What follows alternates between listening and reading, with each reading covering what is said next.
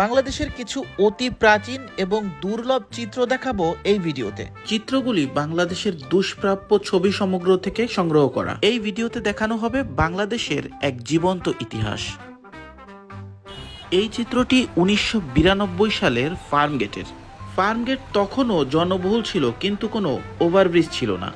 এই চিত্রটি 1967 সালের, অর্থাৎ স্বাধীনতার আগে বাইতুল মোকাররমের ছবি। 1982 সালের মতিঝিলের শাপলা চত্বরের চিত্র এটি। বাংলা মোটর দিয়ে গরুর গাড়ি চলছে। চিত্রটি 1964 সালের। গুলিস্তান এলাকার গুলিস্তান সিনেমা হল। এই চিত্রটি 1964 সালে তোলা।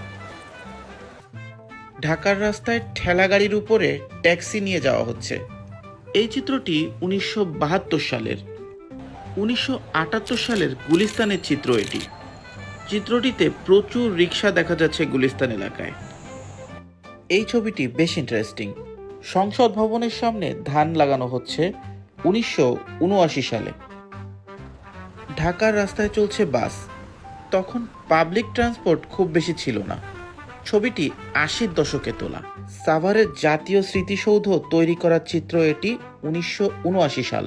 এই ছবিটি যাত্রাবাড়ি এলাকা থেকে তোলা 80 দশকে। প্রতিটি ভিডিও তৈরি করা হয়েছে রিয়েল ছবিকে এআই এর মাধ্যমে ভিডিও বানিয়ে।